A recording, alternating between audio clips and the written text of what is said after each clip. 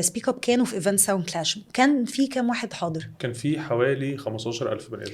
ال 15,000 دول محتاجين كام فولنتير متطوعين؟ ان هم يعني انا عارفه ان سبيك اب جابوا ناس واقفين منتشرين في المكان، صح؟ يعني برضه حسب السكيورتي قد ايه، لان في الاخر في الاول وفي الاخر هو الفولنتيرز مش هيعرفوا يتعاملوا مع الموقف while it's happening. يعني هو لو انا دلوقتي في حاله تحرش حصلت، ده مش دور فولنتير ان هو يعرف يتعامل فيه، لان هو مش عارف يتعامل مع البني ادم. هو دور سبيك اب ان هم يتعاملوا مع ذا فيكتيم او مع البنت في ان هم يساعدوها. بس سكيورتي دوره ان هو يامن الناس، يتاكد ان هم ما بيعملوش كده، ولو عملوا كده يعرفوا يتعاملوا مع البني ادم ده في الثانيه دي. سبيك ابس ريسبونسبيلتي مش ان لو في حاله تحرش حصلت ان هو اللي يبقى بيفض ما بينهم او هو اللي بياخد البني ادم ده، لا. ولا ان هو يشوفها، ولا ان هم يبقوا منتشرين فالناس شايفاهم اراوند فيقلقوا. بس مهما كان عدد البني ادمين اللي موجودين في وسط الزحمه، يعني عمرك في حياتك ما هتعرفي تشوفيهم. طبعا. وان هم في الاخر على نفس الليفل، فحتى لو في 10,000 حد من سبيك اب، انا في الاخر واقف في وسط حفله عدد الناس اللي بيبقى موجود في المتر مربع ما بين 2 ل 4.5 كاميرا.